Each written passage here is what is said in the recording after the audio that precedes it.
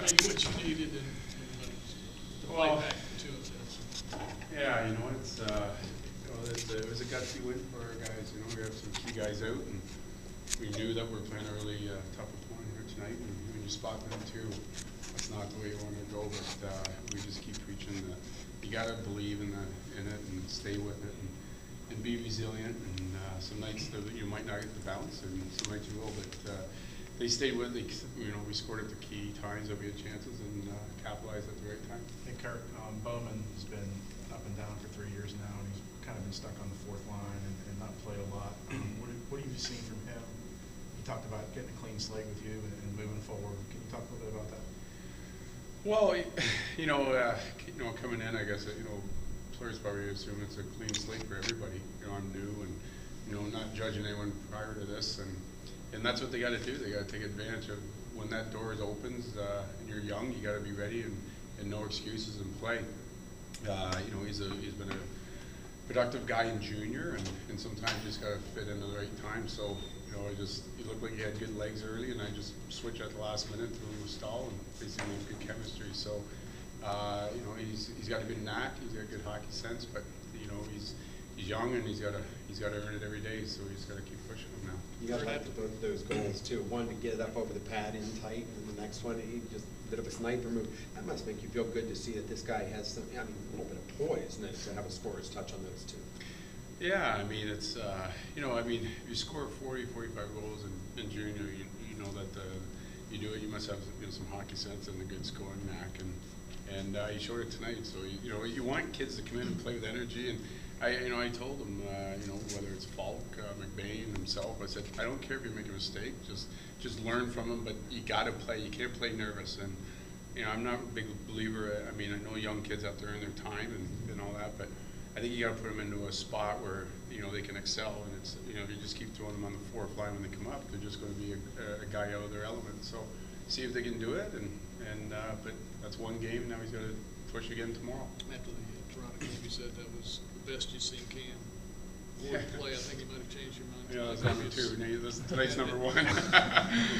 Well, hey, and again, it's like I said, it was a gutsy win. I think it's a gutsy performance by him, battling through all this stuff, and it is nice sometimes when you go through these bad times, that when you get out of it, you really enjoy the wins and appreciate it more. And just like his game, like I said, he didn't make any excuses. He didn't feel he was up to par.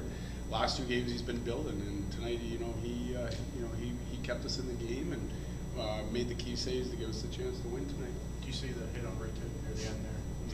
No, I haven't honestly. It's other than during the game, but again, whether it was a right call or not, we just wanted to tell our guys to stay composed, stay focused, forget about it. Let's just let's go for the win. We're starting to see some results on the power play now. Seems like you dug into the Montreal playbook a little bit with what you got going right now. Justin said you talked to him about Subban and using him in that role. And are you starting to see the progress even when they don't score? Is the process happening there? Yeah, the patterns are getting a little more consistent. Still not right where we want it, but we're starting to get the personnel in the right spots. To me, it's executing the plays that are available and just slowing everything down. We're too anxious, I think, before. Now we know our options, and now it's just choosing the right ones that are available.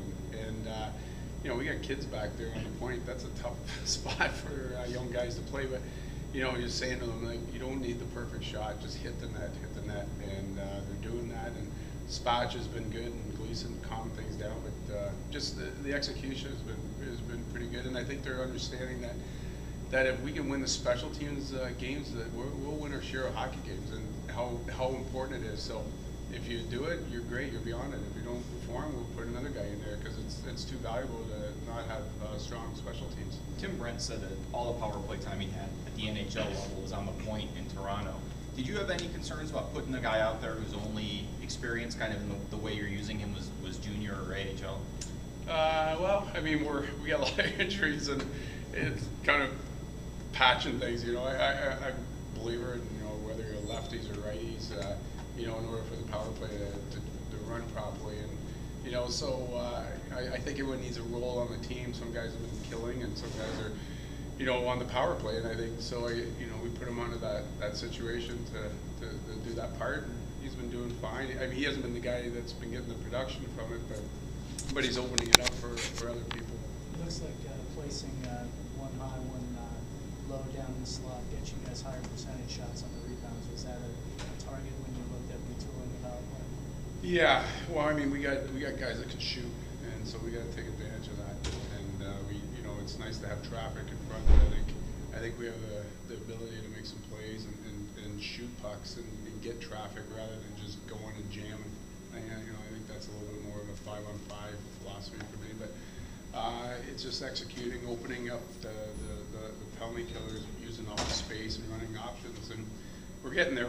We're not quite there yet, but we're pretty happy with our puck movement and our decisions on when to shoot and when to execute plays. Did you get the sense when Ruutu scored, it was 2-0, it was late in the period there, Yeah. that really kind of helps turn the tide. If you're going down 2, maybe it's a different game. That seemed like that shifted things quite a bit. Yeah, I mean, timing's everything, and I think you know, we've had these moments where we, you know, we never go away. I mean, we've been in every game. I mean, you know, we haven't come up on the right side of the win columns in some of them, but we, you know, we need better starts. But with that goal put us in saying, you know, hey, we can play with these guys. I think the guys felt we had good momentum tonight. We just didn't score, and then we get that one.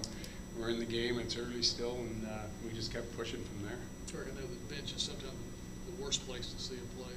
What did you see on the Ballard shot? And from your angle, did it like like it did to everybody else? Pretty much an open net and a sure goal there, or not? Yeah.